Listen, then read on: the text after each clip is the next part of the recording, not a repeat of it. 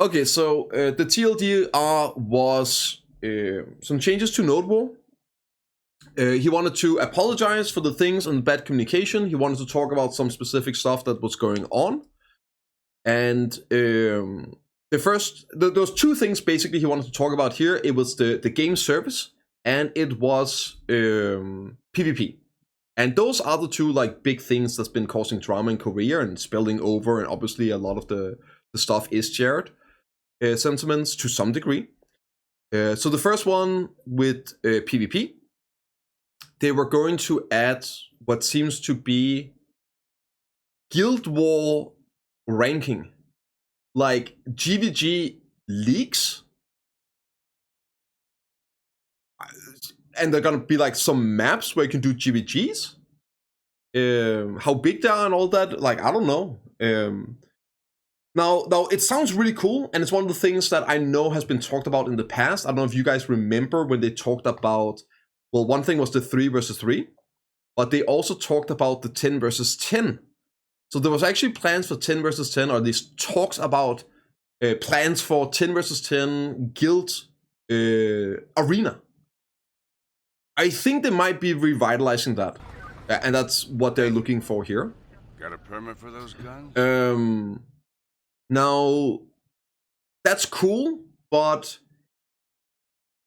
the issue that a lot of people have with what's happening with PvP is that BDO is slowly phasing out the open world PvP outside of AARK. And this does nothing to change that. Now, is it a good thing or a bad thing? It really depends on who you're asking. The open world PvP is a fundamental thing about BDO that a lot of us loved and got us into the game. But there's of course pros and cons to it, especially when you're a newer player. And of course, people are abusing the one-sided PvP to just smack people around. And what Jay was saying is that was causing issues to a lot of newer players ending up quitting the game. And he didn't want that, right? He wanted the players to stay and play the game. That's why he turned off the one-sided vortex, right? And this does nothing to solve the real legitimate issue that a lot of people have with these changes, is that the guys that actually are not looking for PvP, but the players, which is a large portion, I would say, that are out and just want to grind. They want to play the game and want to grind open world, but they also want to be able to defend themselves in PvP against people trying to creep them over their spot and take the spots. It does nothing to help them. And I think a lot of their concerns are super valid. It just gets modded into the people that just want to be able to kill everyone left and right, and like be able to freely grief new players and kill them and everything, which is what Jay wants to avoid. So it really looks like that my predictions from earlier this year is looking more and more correct. Slowly reducing the one-sided unconsensual PvP and adding more mutual PvP options, opt-in PvP. We got the Solare, we got RBF changes coming. Guild decks are only basically mutual guild decks. You have Arsha, where it's, well, you're accepting you're on a PvP channel, right? All of these systems now, the Guild War League, it's where two people PvPing that want a PvP. A lot of the times in the open world, it's not like that. It's one guy want a PvP and one guy that don't really want a PvP, or maybe gets forced into it. So it doesn't really address what a lot of people seem to have an issue with right now. If anything, it goes more in the other direction. And the question just is, which is better for the game? Like, which is better for BDO as a whole? I think we know what PA thinks is the better for the game as a whole. They also talked about node war changes. So they wanted to make it easier to get into doing node wars.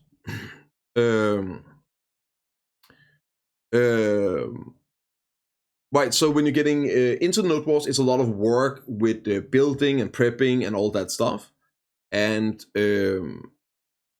you have to spend a lot of time with it. So they're changing the node wars. Also, another issue they had was, it talked about was, whenever you drop on a node, you know which is the stronger guilds, you know who's gonna win a lot of times.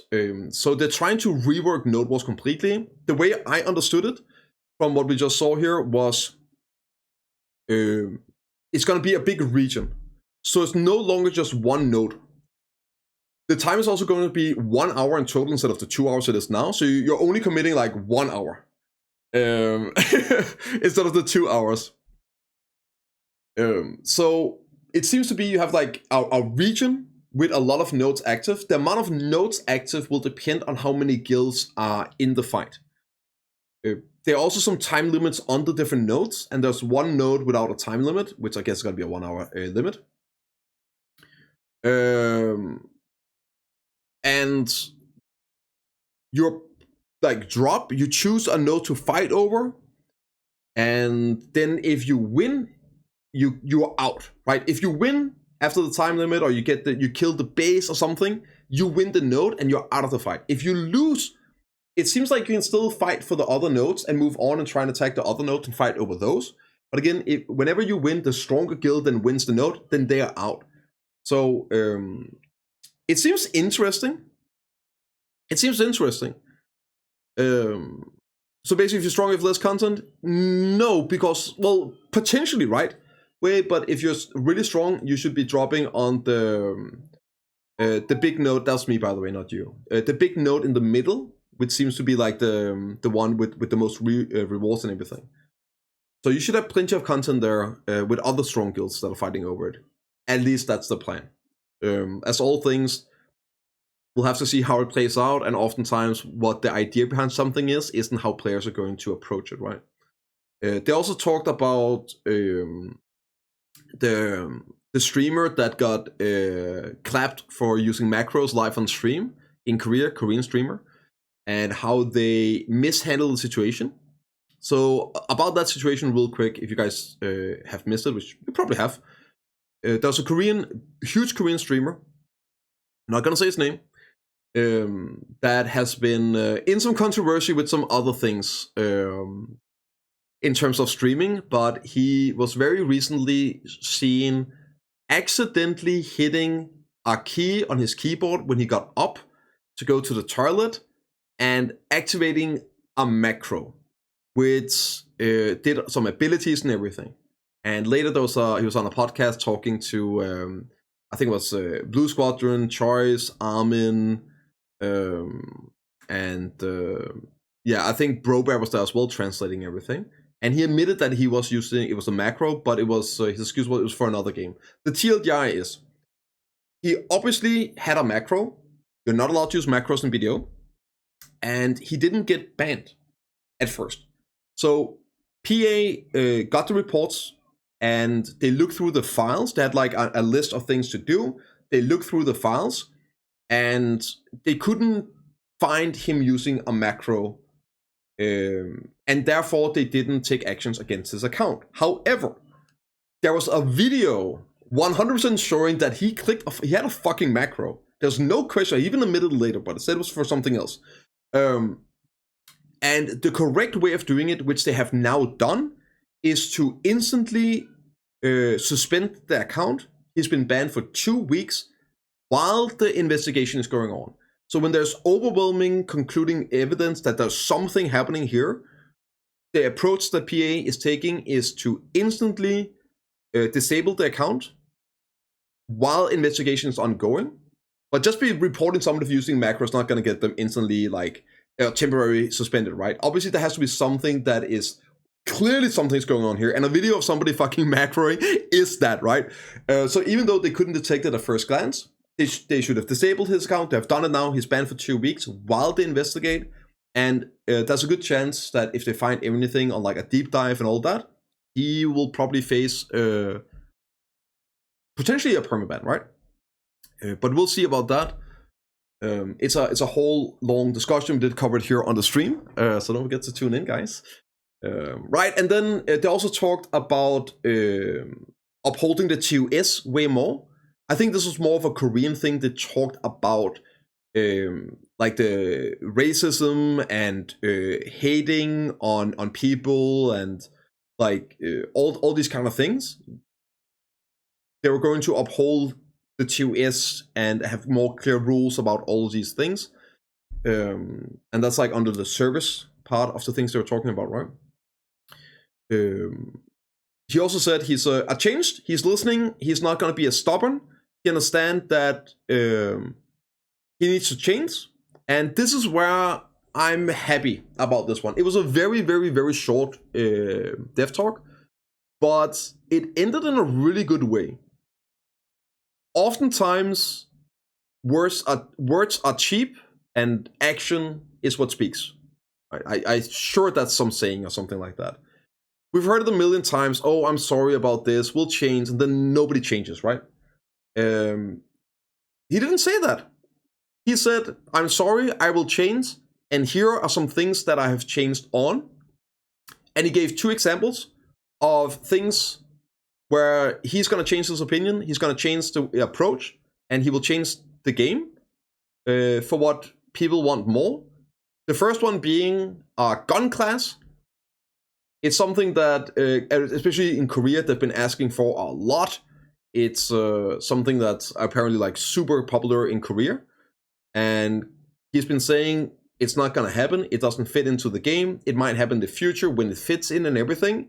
And he just said, we're making it. It's coming. Gun class is confirmed for BDO sometime next year. That was one thing where I said, listen, I will change, and here's it. And another one was costumes. That was some costumes. So adding new styles, exactly, costumes that didn't fit into the game. He's like, you know, right? People want these type of costumes. And I'm gonna be honest, they look freaking amazing, dude. These costumes look sick. They look sick. So they're gonna be adding these costumes and things like that to the game as well. And be less concerned about, oh, does it fit too well into the world and all that, and make stuff that is just cool and fun and that players want. That was 2 specific things where he said, I'll change. And then he also said, there's more things, but I'm not gonna talk about it, I will show you. So Caltheon Ball will probably see a lot more new things and some change of directions for BDO. And this is where I'm like, I like this, because there's no more talk, there's no more promises. It was quite literally, I'm going to change, we're going to change, and we will show you at Caltheon Ball. So that's pretty cool. Right, so there you have it. That was the dev talk, the 3rd one. And December 16, we'll get the Caltheon Ball with hopefully a lot of new things, info. They've been basically crushing all the promises they had from Festa. And a lot of new chapters I feel like is about to open here at Caltheon Ball. So I'm looking forward to that, and I hope you guys will join me. I will be streaming it and watching it on December 16th, so don't forget to tune in. Twitch.tv/BiceptimusPrime, and I'll see you all in the next one.